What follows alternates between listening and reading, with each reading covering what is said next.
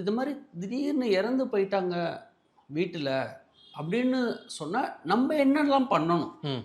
So first death சர்டிஃபிகேட்டை வாங்கிக்கணும். ஏன்னா நீங்கள் போய் பேங்க்கில் போய் இல்லைன்னு சொல்கிறதுக்கும், நீங்கள் போஸ்ட் ஆஃபீஸில் போய் இல்லைன்னு சொல்கிறதுக்கும், மியூச்சுவல் ஃபண்ட்ஸ்லேயோ உங்கள் இன்சூரன்ஸ் கிளைம் பண்ணுறதுலையோ எதுக்குமே அந்த டெத் சர்டிஃபிகேட்டுங்கிறது மஸ்ட்.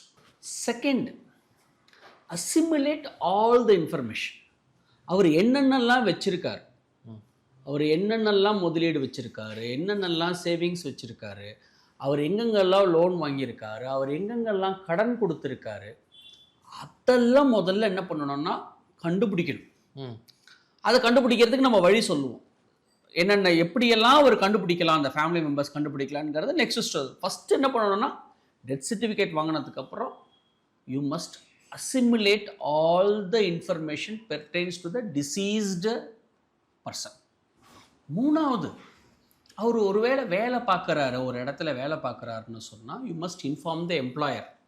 இந்த மாதிரி இறந்துட்டாங்க, so and so reason. So அதுலேருந்து நம்ம பிஎஃப் என்ன, கிராஜுவிட்டி என்ன, லீவ் சேலரி என்ன, அவருடைய பிஎஃப் யூஏஎன் நம்பர் என்ன, எல்லா இன்ஃபர்மேஷனும் நம்ம எம்ப்ளாயருக்கு இன்ஃபார்ம் பண்ணிவிட்டு தென் we can get